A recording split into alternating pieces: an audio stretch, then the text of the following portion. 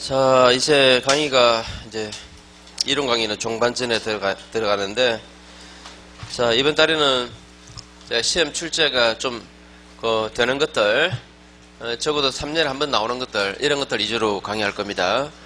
그 다음에 지난번 강의에서 좀 보지 않았던 그런 판례들, 새로 최근 판례들은 아무래도 뭐 기출 문제 없겠죠, 그죠?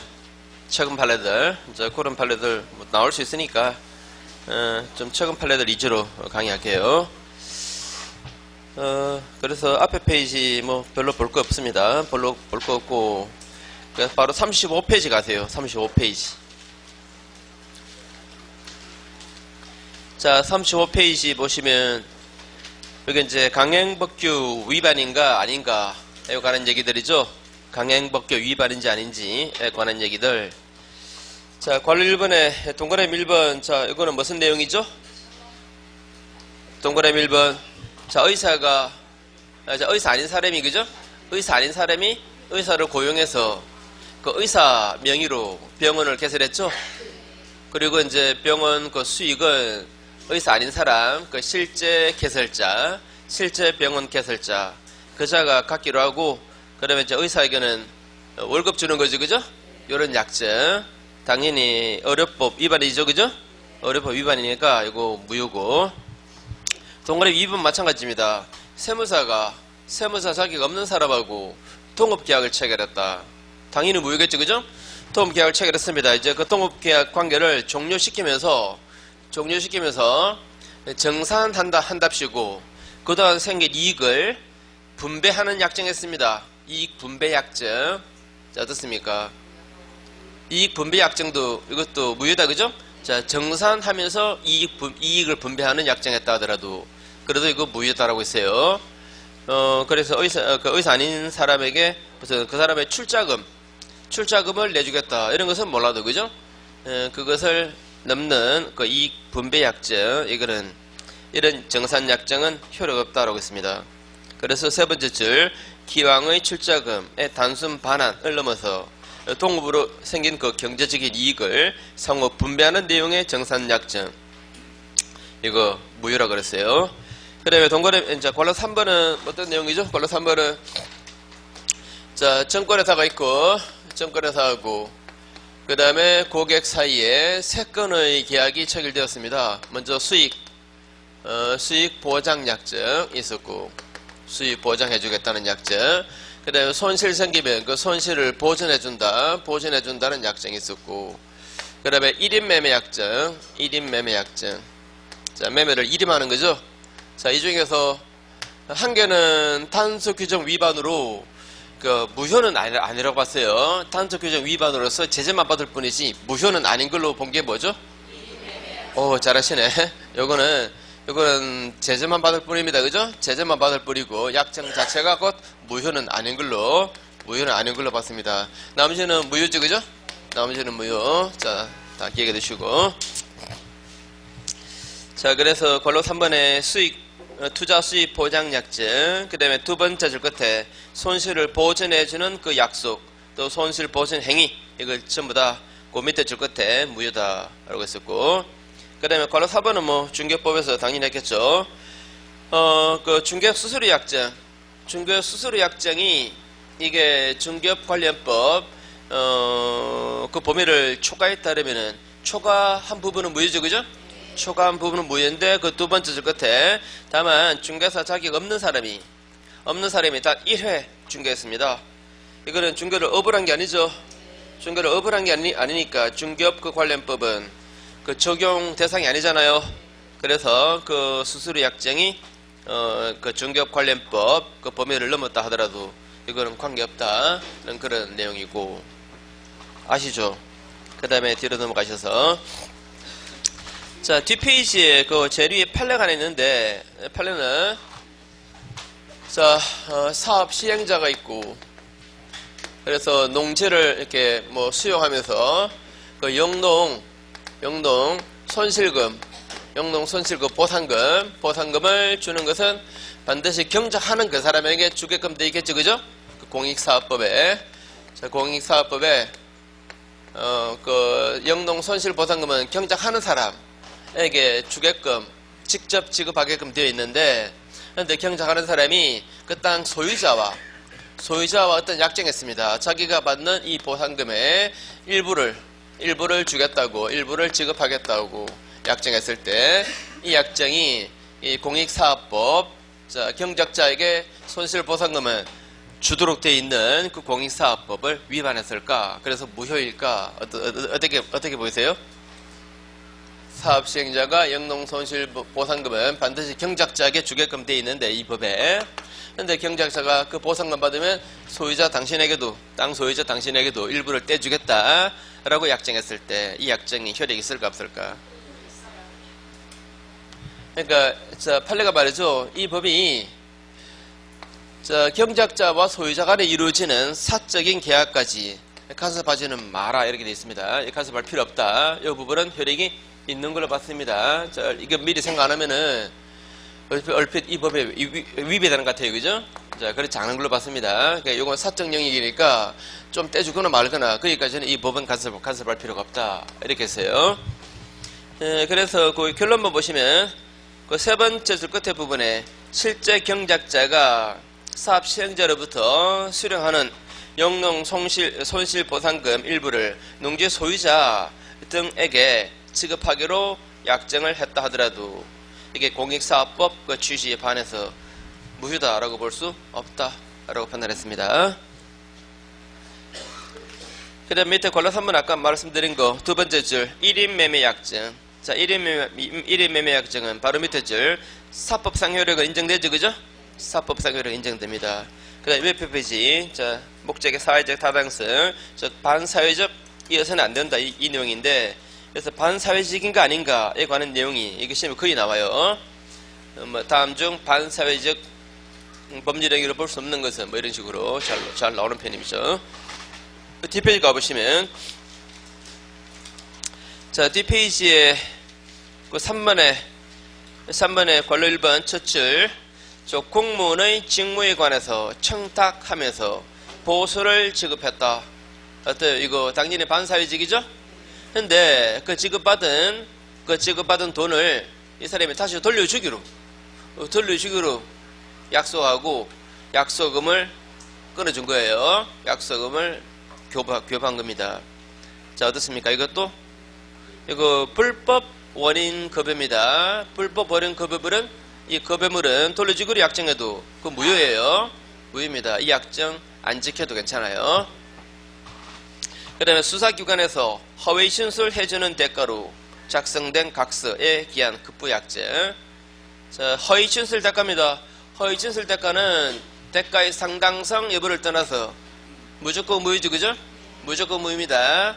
근데 그거하고 그 밑에 동그라미 2번에 쳐줄 끝에 정인으로 출석해서 정언해줄 것을 조건으로 대가를 받기로 약정했을 때, 이거는 대가의 내용이 통상적으로 용인될 수 있는 수준을 넘었을 때 무효입니다. 넘지 않으면 유효예요. 그죠? 이거는 법정에 나와서 정언서주기로 한 거죠. 그죠? 정언해주기로 한 거죠. 정인으로 출석해서 정언해주기로 약속하고, 그 다음에 그 대가를 받기로 하는 약정은 상당 범위를 넘지 않으면 괜찮아요. 상당 범위를 넘지 않으면 괜찮다는 거 주의하시고. 그래, 옆에 페이지에 리얼 보십시오. 리얼. 형사사건에서 성공보수약정입니다. 형사사건에서 성공보수약정. 이거 무효로 보죠? 형사사건입니다. 혹시 민사사건으로 나오면은 틀린 적입니다. 그죠? 민사사건 아니고 형사사건에서 성공보수약정.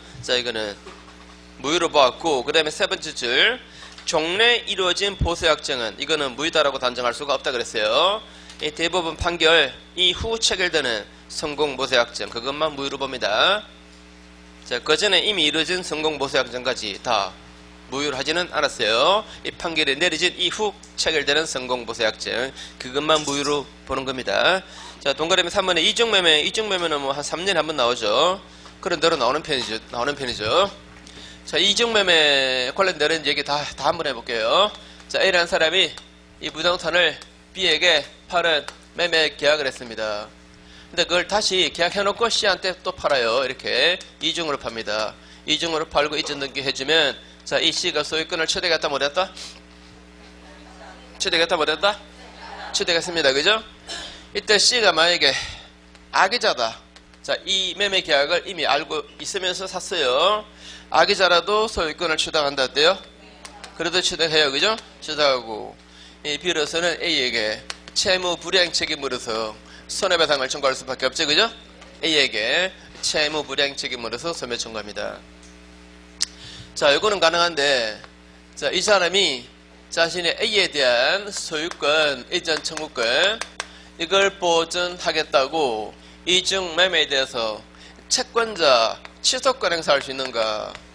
자, 채권자 취소권은 우리 시험 범위 아닙니다. 아닌데, 두 군데서 나와요. 이것이 한번 나오고 또 어디서 또 나옵니까? A가 갑에 대해서 채권을 가지고 있는데, 이 사람이 자신의 유일한 이 재산을 을하고 가장매매 계약을 체결해서 이 을에게 이전 등기해버렸습니다. 이거는 채무자가 재산을 숨긴 거죠. 그죠? 숨긴 겁니다. 그래서 이 채권을 해친다 이렇게 해요. 이 채권의 실효성을 떨어뜨리죠. 그죠? 그래서 이걸 채권자가 취소할 수 있다라고 합니다. 자, 기억납니까? 채권자 취소권 딱 두 번 나와요. 이렇게. 자, 가장매매 계약은 채권자 취소의 대상이 돼요. 통정의 표시는 채권자 취소의 대상이 됩니다. 자, 이것처럼 이 사람이 자신의 소유권, 이전 청구권 이걸 지키려고 이중매매에 대해서 채권자 취소권 행사할 수 있는가? 있다 없다? 이거 할 수 있다면은 이중매매에 따른 소유권 취득은 이거는 완전히 100% 봉쇄되죠. 그래 안 그래요? 다시 이거 할 수 있다면 이중매매에 따른 소유권 취득은 이거는 완전히 100% 안 되잖아요. 그죠? 이러면 되겠습니까?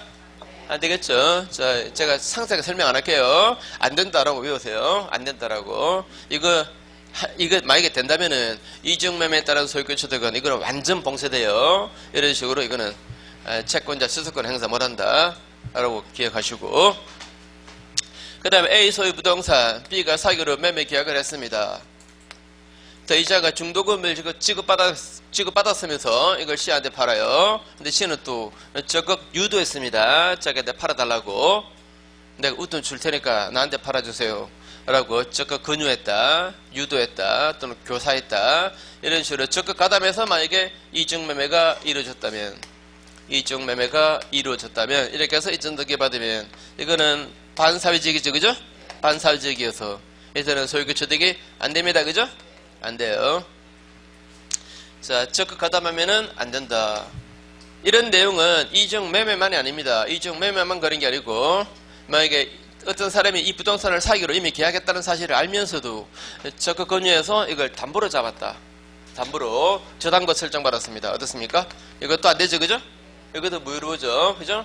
다른 사람이 이미 사기로 계약했다는 사실을 알고 있는 자가 적극 권유해서 이걸 저당권 설정받았다. 저당권 설정받고 돈 빌려줬다 이 말입니다. 이것도 안 된다 그랬어요. 그죠? 또 마찬가지로 A 부동산을 B가 임차하는 걸로 이미 계약을 했는데, 임대차 계약을 이미 체결한 사실을 알고 있는 이 C가 적극 권유해서 이걸 이중으로 임대차 계약을 체결한 거예요. 자, 어떻습니까? 이것도 반사적 행위로 봤어요. 임대차 계약도 자, 적극 권유해서 만약에 하면은 임대차 계약 체결한 것도 이것도 반사적 행위로 무효인 걸로 보았고, 자, 그 다음에 자, A 소유 부동산 B가 사기로 매매 계약을 했습니다. 매매 계약을 체결했는데 그 사실을 알고 있는 C가 적극 권유해서 적극 가담해가지고 이중매매가 이루어졌습니다. 이중매매가 이루어지고 이전 등기했을 때, 자, 이거는 소유권 취득이 안 되는데 이거는 무효인데, 근데 이자가 사가지고 다시 그걸 D한테 또 팔았습니다. 자기 명의로 등기돼 있으니까 이 등기 이용해서 팔았어요. 이 사람은 아무것도 몰라요. 아무것도 모르고 샀다. 자, 소유권 취득 된다, 안 된다? 된다? 안 되죠. 이 등기에 뭐가 없다? 공신력 없잖아요. 그죠? 등기에 공신력 없어요. 이자가 제3자에게 팔았을 때 이자는 선이어도 이거 소유권 취득 안 돼요. 등기에 뭐가 없다? 공신력 없다. 자, 이 사람 소유권 취득 안 되고. 자, 또 한 가지. 자, 이 사람은 A를 대비해서 C에게 말소 등기를 청구할 수 있죠. 자, 이거 직접입니까? 아니면 A를 대비해서입니까? 대비해서, 직접 아니에요. 그죠? 직접 아니고 대비해서 말소등기 청구하고 아울러 A에게 이전등기 청구함으로써 소유자가 될 수 있죠. 그죠?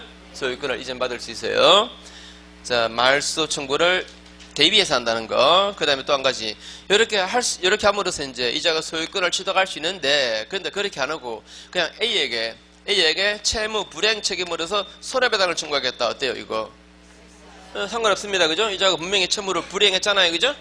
이 계약 이행 안 했잖아요. 그래서 채무 불이행 책임으로서 이자에게 손배 청구하겠다. 이렇게 해도 괜찮고. 자, 그 다음에 또 C에게 말이죠. 불법행위 책임으로서 손배 청구하겠다. 어때요? 불법행위 책임으로서 손배 청구하겠다. 자, 적극 권유해서 매수하는 행위는 반사적 행위죠. 반사적 행위도 그것도 위법이에요. 반드시 실정법에 위반해야 그게 위법인가? 물론 그것도 위법인데 실정법 위반도 위법이지만 반사적 행위도 위법이에요. 그 위법 행위로 타인에게 손해가 있잖아요. 그죠? 그 위법 행위로 타인에게 손해가 있으니까 바로 뭐가 된다? 불법행위입니다. 불법행위. 그래서 불법행위 책임으로서 손해배상을 청구할 수도 있습니다. 선택권의 3개입니다.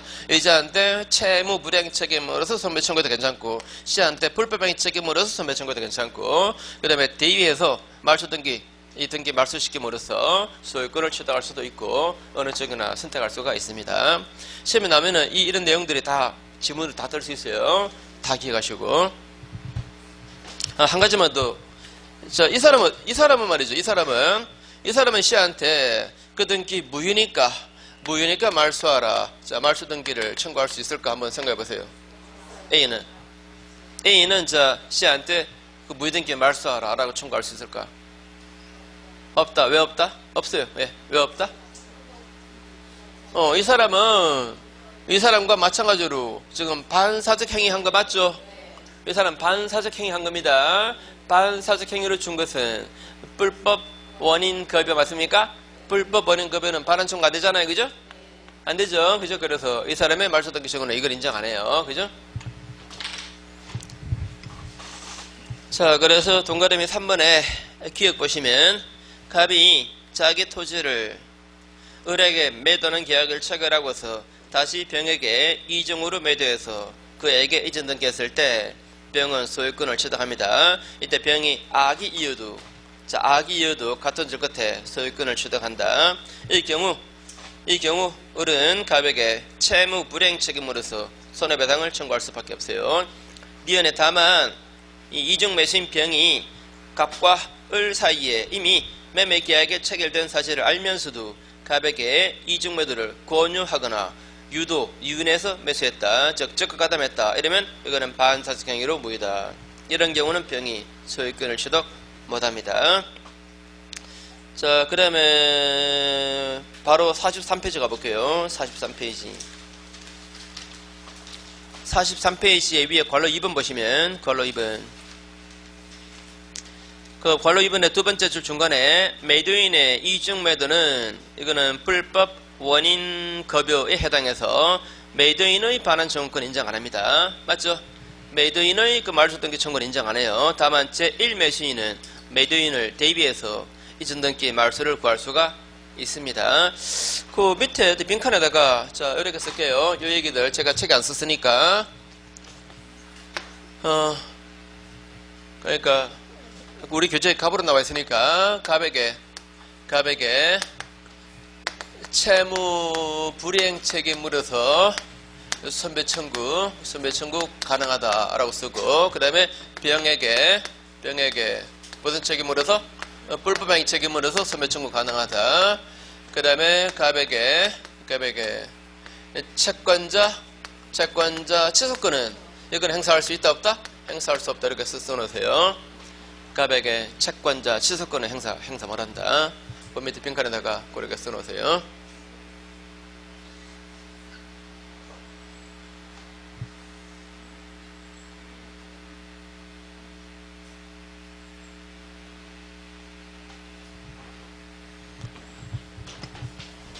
다시 앞으로 돌아가셔서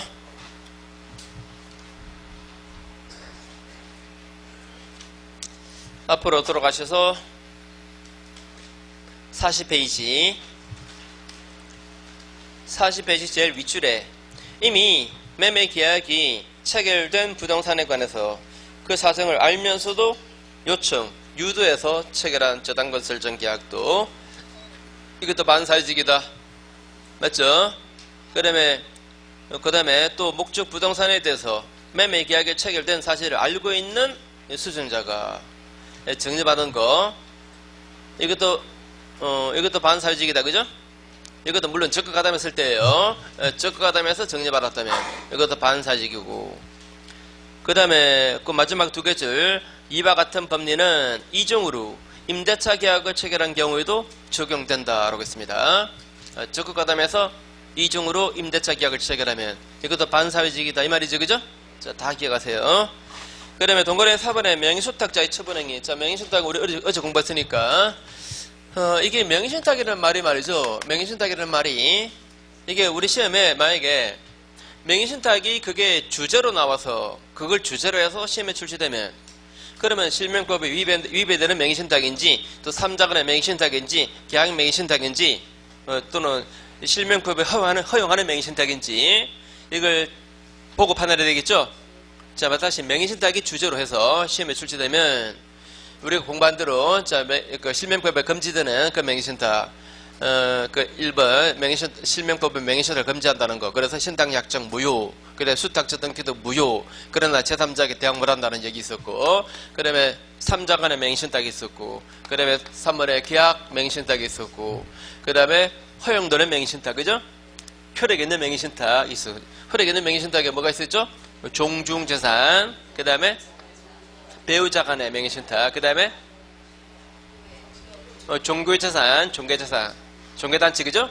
종교 산하단체의 재산을 그 종교단체 명의로 등기하는 거, 종교단체 명의로 등기하는 거, 그 다음에 또 등록되는 자동차 같은 거, 그죠? 등록되는 동산 명의신탁, 이거는 실명법 적용 대상이 아니기 때문에 이거는 괜찮다 그랬죠, 그죠? 자, 허용되는 것들.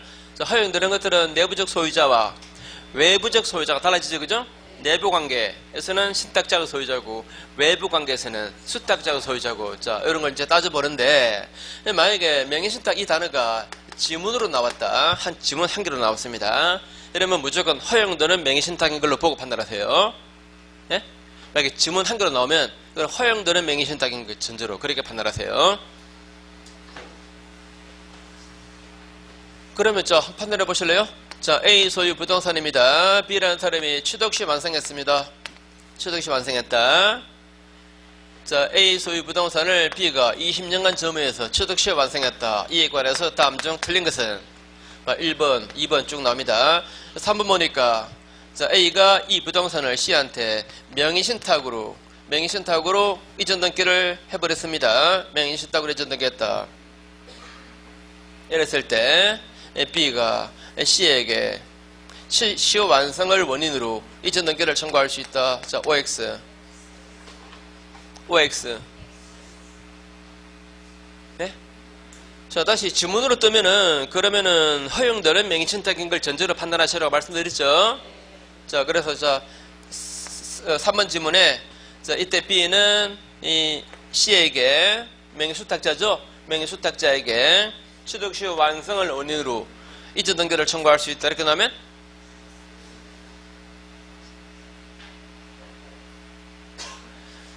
아니, 허용되는 명의신탁은 지금 두 사람 사이에서는 이자가 소유자지만 제3자에 대해서는 여기가 소유자잖아요. 그래 안 그래요? 그죠? 그러면 B 입장에서는 이거 소유자가 바뀐 거예요. 그죠? 따라서 이렇게 이전 등기 청구할 수는 없죠. 없는데 근데 이 B가 소유권 취득할 방법이 있습니다. 어떻게 할까요? 이 B가 소유권 취득할 방법이 있어요. 어떻게 할까요? 이거 허용되는 명의신탁이잖아요. 허용되는 명의신탁이면 언제든지 신탁약정을 해지하고 이전 등기를 청구할 수 있잖아요. 그래 안 그래요? 허용되는 명의신탁에서는 언제든지 신탁자가 신탁관계를 종료시키고 이전 등기 청구할 수 있잖아요. 이걸 이자가 대위 행사하면 될 거 아닙니까? 대위.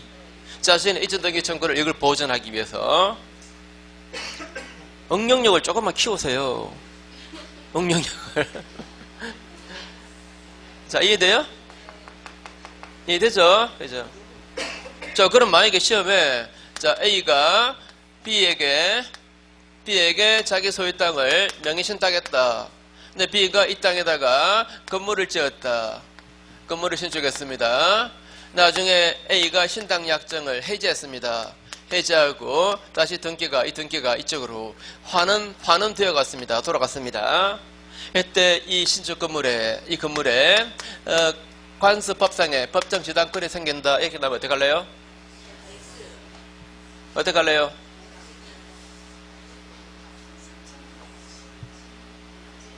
다시 자 명의신탁이라고 나왔을 때 뭐 실명법에 위반된다 안 된다 어쩌고저쩌고 안 나오면은 허용되는 명의신탁인 걸 전제로 판단하시라고 그랬죠. 허용되는 명의신탁인 걸 전제로 판단하세요. 그러면 저기 C가 있어요 없어요? 이 두 사람밖에 없잖아요. 두 사람밖에 없으니까 이게 누구 땅입니까? 명의신탁 그래졌는데 해도 누구 땅이에요? A 땅이잖아요. 이 사람은 남의 땅에 건물 지은 거예요. 맞죠? 남의 땅에 건물 지어서 관직권을 인정받을 수 있겠습니까? 당연히 안 되지. 자, 응용합시다, 우리. 자, 응용하세요. 자, 한 번만 더. 자, 명의신탁 자체가 주제인 문제라면, 그러면 자, 어떤 경우인지를 판단해야 돼, 보고 판단해야 돼요. 어떤 경우인지를, 그죠? 어떤 경우인지를 보고 판단하는데, 만약에 그게 주제가 아니고 그냥 지문으로 나오면은, 이거는 허용되는 명의신탁인 걸 전제로 판단하세요. 이해하시겠죠? 허용되는 명의신탁인 걸 전제로. 그 지문에 말이죠. 이거 허용되는 명의신탁인 경우라고 안 써줘요. 이 인간들이. 이 출제하는 인간들의 말입니다. 안 써줘요.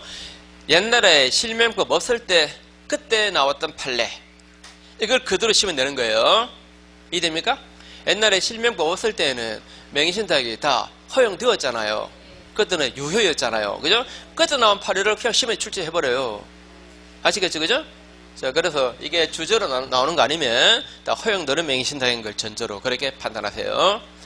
자, 그래서 자, 지난번 했던 거, 바로 엊그제 했던 겁니다. 갑이라는 사람이 이 부동산 을에게 명의신탁했습니다. 명의신탁했을 때 이게 허용되는 명의신탁을 전제로 해서 이거 내부적 관계에서는 누가 소유자다? 갑이 소유자다.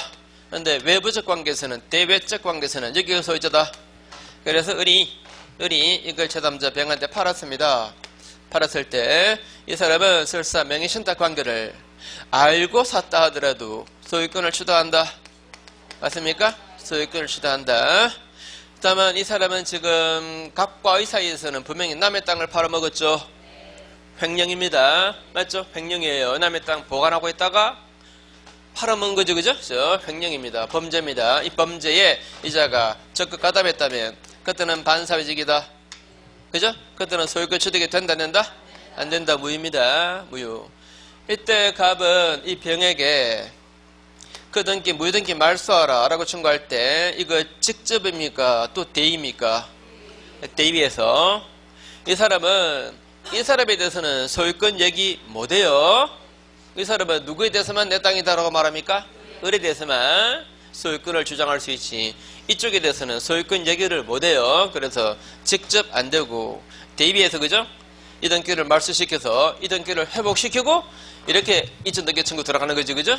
맞죠? 신탁 약정 해지 하면서 이전등기 청구 요거하고 요거 두 개 한꺼번에 하면 되겠죠? 아무튼 자 대입에서만 말소등기를 청구할 수 있습니다. 그래서 결론만 자 예컨대 갑종중이 그 소유 부동산을 을 종손에게 명의신탁한 경우에 그 다음 마지막 두 개줄 만일 제3자 병이 수탁자 을의 그 범죄적 처분 행위에 적극 가담해서 취득했다면 이런 취득은 반사회적이다. 맞죠? 반사적 행위로 무효입니다. 자 거기는 안 썼지만 이런 경우 갑은 어떻게 할 수 있다? 을을 대비해서 병에게 말소등기를 청구할 수 있다. 그죠? 을을 대비해서 병에게 말소등기를 청구할 수 있습니다.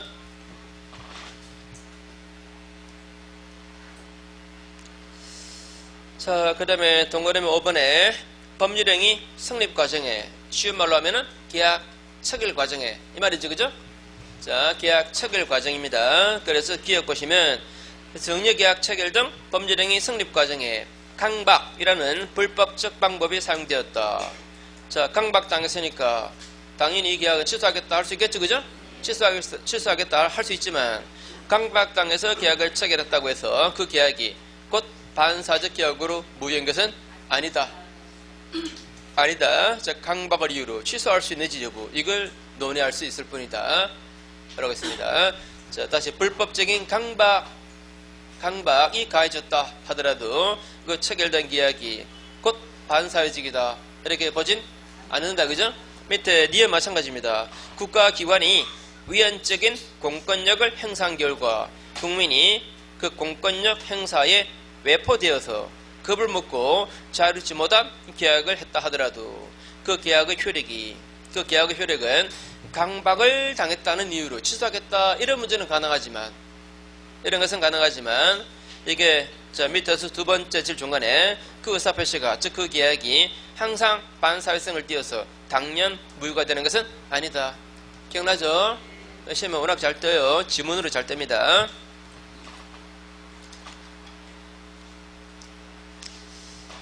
그 다음에 1표 페이지는 밑에 괄호 5번 자 동기, 불법 동기. 자, 이 동기가 말이죠. 우리 공부하는 범위에서 딱 두 군데 나옵니다. 딱 두 군데. 동기가 불법인 경우, 저 동기가 반사회적인 경우하고, 그래 동기에 착오 발생했을 때하고 이렇게 딱 두 번 나와요. 자, 원래 법률효과는 의사 표시가 궁극적으로 법률효과를 발생시키죠. 그래 안 그래요? 의사표시 한 개로 또는 상대방 의사표시와 합쳐서 법률효과를 발생시키잖아요. 그래 안 그래요? 의사표시 한 개로 법률효과를 발생시킬 때 단독행위라 그러죠. 해제, 취소 같은 거 상대방 의사표시와 합쳐져서 계약이 됨으로써 법률효과가 생겨날 수도 있고 맞습니까? 청약, 승낙 말입니다. 청약, 승낙. 아무튼 의사표시가 이게 법률행위가 되어서 법률효과를 발생시키잖아요. 자, 그래서 의사표시는 말 그대로 의사하고 표시입니다. 의사를 결정한 동기 말입니다. 또 이거는 의사표시의 구성 요소가 된다 안 된다? 안 돼요. 자, 동기는 의사를 결정한 동기를 말하잖아요. 어떤 의사를 결정한 동기, 그건 의사표시의 요소가 됩니까 안 됩니까? 안 되잖아요. 따라서 효력에 어떤 영향을 미치는 게 원칙이다, 안 미치는 게 원칙이다? 안 미치는 게 원칙입니다. 그래서 동기가 불법이다 하더라도, 동기가 불법이어도, 동기가 반사회적이어도 원칙적으로 그 계약은 유효입니다. 유효. 다만 불법 동기가 그 동기가 표시되었다 또는 상대방에게 알려졌다, 상대방이 인지했습니다. 이때는 무효다, 그죠? 맞죠? 자, 동기가 불법이어도 그 법률행위가 곧 무효 아닙니다. 예컨대 도박 자금을 쓰려고 돈을 빌리는 계약을 체결했습니다. 그러면 그 동기는 불법이죠. 불법이어도 그 금전 소비대체 계약은 유효입니다. 유효. 원금 플러스 이자 갚아야 돼요. 그죠? 근데 만약에 도박 자금으로 쓴다 라고 자기가 말했다면, 또는 빌려주는 사람이 어떻게 알았다면, 알고도 빌려주면 안 되잖아요. 그죠? 그러면 반사회적이다. 그죠? 자, 불법 동기가 표시되었던지 상대방에게 알려졌을 때 이때만 무효입니다. 자, 동기 착오도 됐어요. 동기 착오 있으면 그러면 취소할 수 있습니까? 못하잖아요. 그죠? 동기 착오 있었다 하더라도 이걸 취소 못해요. 원칙은 취소 못하고, 다만 예외적으로 취소 가능합니다. 어디까지나 예외입니다. 예외적으로 취소 가능한데 그 예외가 어떤 경우였죠? 예? 자, 자기가 왜 그 땅을 사는지, 내가 그린벨트가 해제된다는 거, 그것 때문에 땅을 삽니다. 또는 신도시가 들어온다는 거, 그 동기 때문에 내가 이 땅을 삽니다 라고 표시했습니다. 표시해서 그래서 그 동기가 그 계약의 내용이 되었다 라고 볼 수 있는 경우입니다. 말하자면 그 동기를 자, 신도시가 들어온다는 거, 그거 전저로 계약했다 라고 볼 수 있는 경우 맞습니까? 또는 상대방이 유발했다, 그죠? 상대방 쪽에서 신도시가 들어옵니다 이렇게 말했습니다. 상대방이 유발했을 때 이때만 취소 가능하죠, 그죠? 원칙적으로 동기 착오를 취소 못하잖아요. 저 법률효과에 영향을 못 미칩니다, 그죠? 예? 뭐 미쳐요? 그죠? 예외적으로만 미치는 겁니다. 그죠? 동결은 이렇게 딱 두 군데서만 나와요. 딱 두 군데서.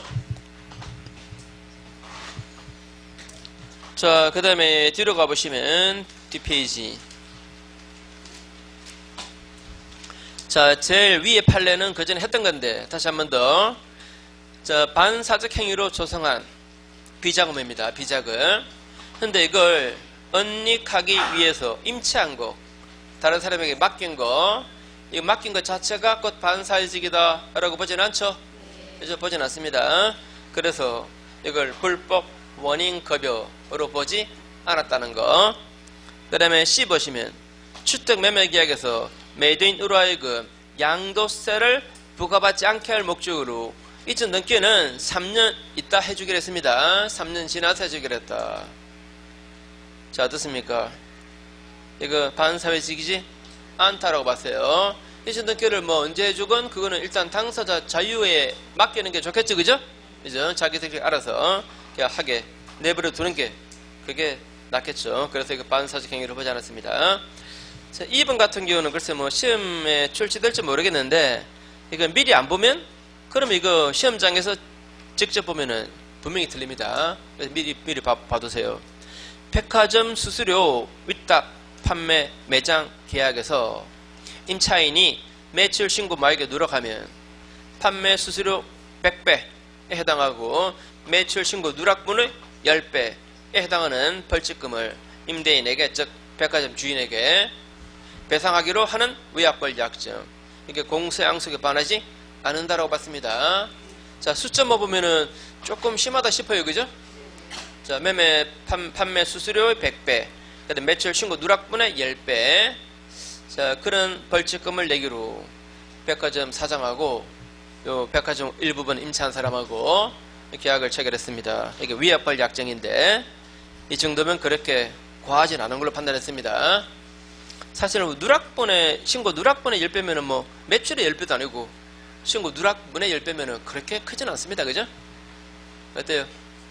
자, 매출의 10배가 아니고 매출 누락분의 10배라 그랬어요. 그러니까 그렇게 심하지는 않죠. 그죠? 자, 그 다음에 밑에 반사적 행위 효과. 자, 반사적 행위로 준 것은 뭐라 그랬죠? 불법 원인 급여.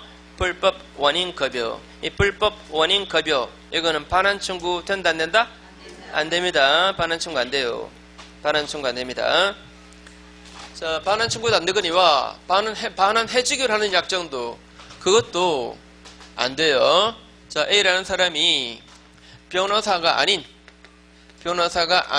B한테 소송 사건을 맡깁니다. 이자가 소장을 제출해요. 제출하는데 소장 제출할 때 인치를 붙입니다. 소송 인치세가 들어가죠. 이게 이제 소송 비용이죠, 그죠? 소송 비용입니다. 이 소송 비용을 이 사람이 대납했어요. 대납하면서 이자가 낼 인치세죠, 그죠? 이자가 소를 제기하는 거니까. 근데 변호사 아닌 사람한테 맡긴 거예요. 이 사람이 그걸 대납했습니다. 대납한 것은 이자가 당연히 B에게 돌려줘야 되겠지만, 자, 돌려주기로, 자, 반환하기로 약정했을 때, A가 B한테 나중에 그걸, 반환하기로 약정했을 때, 자, 이 약정, 유효일까, 무효일까? 변호사 아닌 사람이 소송사건을 맡는다는 거, 이거 자체가 반사직입니다. 그죠? 이자가 대납해준 것은 이사로부터 수임료, 반사직인 수임료를 받을 목적으로 대납한 거 맞죠? 그죠? 다 반사직 행위예요. 불법 원인급여입니다. 이걸 이자에게 돌려주기로 한 약정도 이것도 다 그 법에 들어간다. 이것도 다 무효랍니다. 오늘 조금 그 시간에요. 그죠? 자, 이거 이쪽에 주기로 하는 약정, 이거 무효래요. 줄 필요 없다 이 말입니다. 그래서 밑에 동그라미 3번. 자, 변호사법에 그 다음에 두 번째 줄 중간에 위반하여 소송사건을 대리하는 자가, 자, 변호사 아니든지 또는 변호사 자격 정지당한 자입니다. 그러겠죠, 그죠? 그 자가 소송 비용을 대납하는 거, 이것은 이익 취득 행위의 부수적인 행위입니다. 이것을 소송 종료 후 반환받기로 한 약정도 다 무효인 걸로 판단했어요. 자, 그 다음에 1표 페이지. 자, 우리 어제 했는데, 자, 명의신탁은 실명법 위반이죠. 실명법 위반, 강행법 위반입니다. 그래서 무효인데, 근데 이게 곧 반사적 행위로 봤습니까? 그렇게 보진 않았죠. 그죠? 강행법규인 실명법 위반이어서 무효는 맞지만 곧 반사적 행위로 보지는 않습니다. 그래서 두 번째 줄, 명의신탁 행위가 곧 반사적인 것은 아니다. 바로 밑에 줄 중간에 그래서 불법 원인 급여에 해당하지 않는다 라고 봅니다. 자, 얼핏 보기에 꼭 반사적 행위인 것처럼 보이지만 반사적 행위 아닌 걸로 본 거 두 개입니다. 지금 보고 있는 명의신탁하고 또 뭐죠? 또 뭐하고? 통정오해 표시, 그죠? 통정오해 표시. 통정오해 표시도 무효인데 이거는 108조 때문에 무효지. 108조의 허위 표시는 무효로 되어 있잖아요, 그죠? 그 조문 때문에 무효지. 반사적이어서 무효인 것은 아니에요. 가장매매 말입니다. 가장매매가 이게 곧 반사적 행위로 보진 않습니다. 자, 두 개 기억하세요. 명의신탁과 그다음에 허위 표시, 통정오해 표시. 요거 무효는 무효인데 근데 반사적 행위로 보진 않아요. 자, 그 밑에 불공정한 법률행위입니다. 불공정한 법률행위는 2년에 한 번 나오죠. 그런 도로 나오는 편입니다. 자, 우리 그 전에 했던 그 내용, 그 사례 그대로 한번 해볼게요.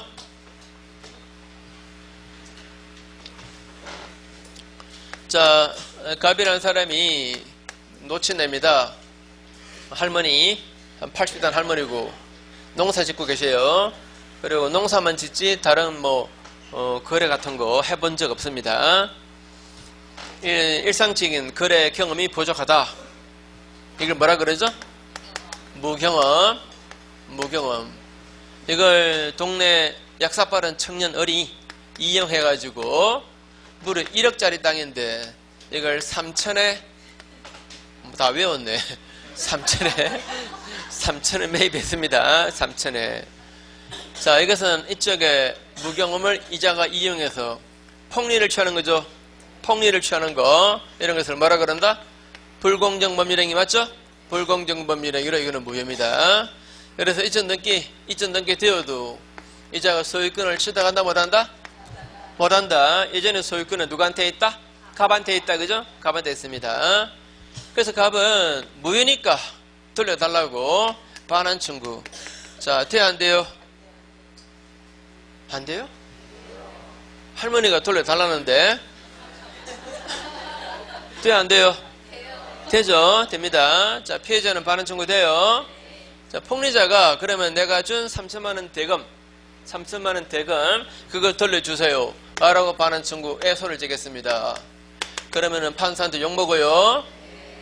이놈 욕먹습니다. 그죠? 그죠? 이 사람이 3천만원 준 것은 1억짜리 땅을 먹으려고 준 거예요. 맞죠? 1억짜리 땅을 먹으려고 준 겁니다. 바로 반사적 행위로 준 거예요. 불법 원인 급여 맞습니까? 불법 원인 급여 여서 반환 청구 인정 안 해요. 그죠? 기억나죠? 자, 그래서 그 뒷페이지 제일 위에 동그라미 1번 불공정 법률행위는 무효다. 그 다음에 두 번째 줄 끝에 보시면 피해자는 급부한 것의 반환을 청구할 수 있습니다. 그러나 폭리자는 자신이 급여한 것의 반환을 청구할 수가 없습니다. 왜 없다? 불법 원인 급여여서. 또 만약에 자, 이자가 이제 등기된 것을 이용해서 제3자 병한테 팔았습니다.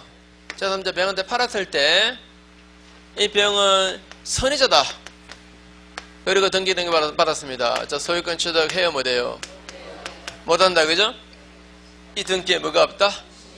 공신력 없어서 등기에 공신력 없으니까 이 사람 소유권 취득 못해요. 그래서 갑은 이 병한테도 반환 청구할 수 있다. 그죠? 반환 청구 당한 이 병은 을에게 책임 묻는 거죠. 이 계약 해지하고 매매대금 반환 청구 그 다음에 손해배상 청구 들어가죠. 그죠? 여러 개 책임 묻습니다. 이 사람 소유권 취득 안 된다는 거. 그래서 동그라미 2번에 한편 을은 이전 등기를 받았다 하더라도 소유권을 취득 못하며 다시 선의의 병이 그 토지를 을로부터 전댁에서 이전 등기에 맞춰도 소유권 취득 못합니다. 그 다음에 폭리행위 성립 요건. 자, 불공정 법률행위 성립 요건입니다. 불공정 법률행위 성립 요건은, 자, 한번 불러보세요. 요건. 그래서 급부와 반대급부의 현저한 불균형. 자, 현저한 불균형. 현저한 불균형. 그 다음에 피해자 쪽에 궁박, 경솔 또는 무경험. 이 셋 중에 한 가지가 있어야 되고, 그 다음에 폭리자가 이걸 이용했었다. 그죠? 이용했다. 이런 불공정 법률행위죠. 자, 피해자의 궁박, 경솔, 무경험. 자, 이 궁박은 경제적인 것뿐만 아니고 정신적인 궁박도 궁박으로 보죠. 그 다음에 이 무경험은 일반적인 거래 경험 부족을 말합니다. 이걸 말하지, 지금 특정 영역에서의 경험 부족을 말합니까? 지금 하고 있는 계약 요거 처음 해보았다. 이거 아니에요. 그죠? 일반적인 거래 경험이 부족하다. 이걸 말하지, 특정 영역에서의 경험 부족, 이걸 뜻하는 게 아닙니다. 그럼 피해자에게 이 셋 중에 한 가지만 있으면 되죠? 저 셋 중에 한 가지만 있으면 됩니다. 그래서 폭리자가 그걸 이용했습니다. 그 다음에 이 요건에 판단, 기준, 시기는 언제입니까? 어느 시점에 이런 요건이 있어야 됩니까? 법률 행위시. 맞습니까? 법률 행위시입니다. 자, 계약 체결할 당시에는 이게 만약에 6천이었다, 5천이었다, 이걸 3천에 샀다면 이건 상당히 싸게 산 거지. 폭행은 아닙니다. 맞죠? 근데 계약서에 2장 찍고 난 다음에 주변에 개발이 됩니다. 그래서 땅값이 폭등했습니다. 1억까지. 이때 이 가격과 이 가격을 비교해서 불공정이다. 이러면 된다, 안 된다?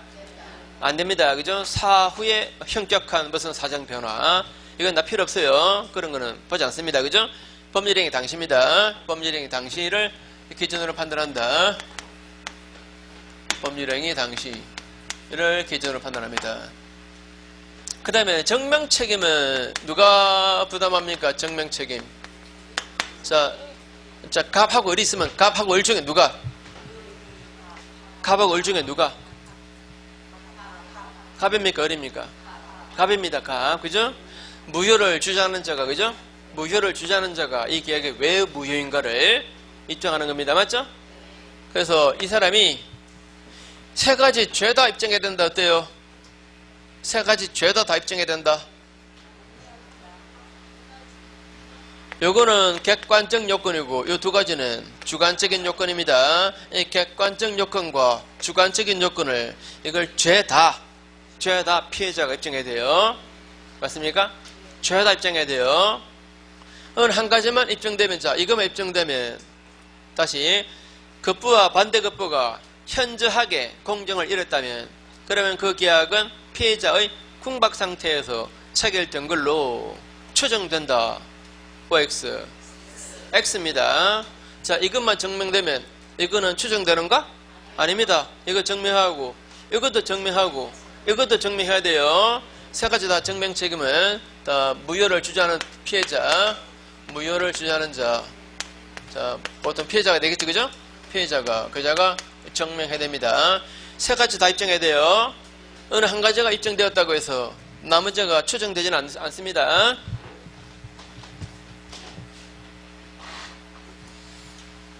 자, 그래서 그게 관로 2번의 동그라미 1번. 궁박은 아주 급박한 곤란을 말하는데 이때 반드시 경제적일 필요가 없고 명예의 침해와 같은 정신적, 심리적 궁박도 포함됩니다. 옆에 페이지. 예, 동그라미 2번. 두 번째 줄 중간에 무경험은 거래 일반에 관한 경험 부족을 말합니다. 특정 영역에서의 경험 부족, 이걸 뜻하는 게 아니에요. 그래, 동그라미 3번에 피해자에게 궁박, 경솔, 무경험 사유가 모두 있어야 되는 게 아니고 그중 하나만 있어도 돼요. 그 다음에 밑에 3번에 관로 1번 판단, 기준 시기는 자, 첫 줄 언제입니까? 첫 줄 중간에 법률행위가 이루어지는 시점입니다. 법률행위 시점입니다. 세 번째 줄 사후에 외부적 환경의 급격한 변화에 따라서 어느 일방이 큰 손실을 보게 되고 상대방이 큰 이익을 보게 된다. 그런 구조가 되었다라고 해서 이게 곧 불공정 격이다 라고 보지는 않습니다. 자, 동그라미 2번에 대인을 통해서 했을 때 첫 줄 중간에 경솔 무경험은 이거는 대인을 기준으로 판단해요. 경솔 무경험은. 근데 궁박 상태에 쓰는가 이거는 매도인 본인 입장에서 판단합니다. 대리는 궁박할 이유가 없잖아요. 그죠? 대리는 급할 거 없습니다. 자, 궁박 여부는 매도인 본인 기준으로 판단해요. 그 다음에 뒷페이지에 걸로 2번 동그라미 1번 무효를 주장하는 자가 객관적 주관적 요건. 자, 객관적 요건은 뭐라 그랬죠? 현장 불균형. 주관적인 요건은 그죠? 폭리자의 이용행위까지 이건 다 누가 입증한다? 무효를 주장하는 자. 그래서 그 5번째 줄 급부와 반대급부가 현저히 공정을 잃었다고 해서 곧 그 계약이 궁박 경솔 상태에서 체결된 걸로 추정되지는 않는데요. 이 말은 그것도 다 입증해야 된다 이 말입니다. 그죠? 자, 폭리행위 적용 범위 이거 원칙적으로 첫 줄 중간에 유상 쌍무계약에서 원칙적으로 문제됩니다. 유상 쌍무계약에서 문제된다. 그래서 괄호 2번에 무상행위 정려 말입니다. 정려.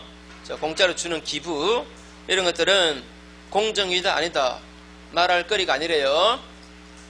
근데 괄호 3번 자, 단독행위에 관해서 이거 불공정이다 라고 판단한 판례가 한 개 있습니다. 자, 판례 내용은 제가 그 책에 써놨는데 지금은 그냥 외우세요. 자, 단독행위에 관해서도 이거 불공정이다 라고 판단한 판례가 있어요. 그 다음에 괄호 4번 경매. 자, 경매에서 낙찰받은 땅이 너무 비싸요. 그래서 낙찰자가 이거 불공정이다 라고 말할 수 있는가? 없다. 그죠? 자, 경매 이거는 법률행위 아닙니다. 자, 잠깐만 쉬시고요.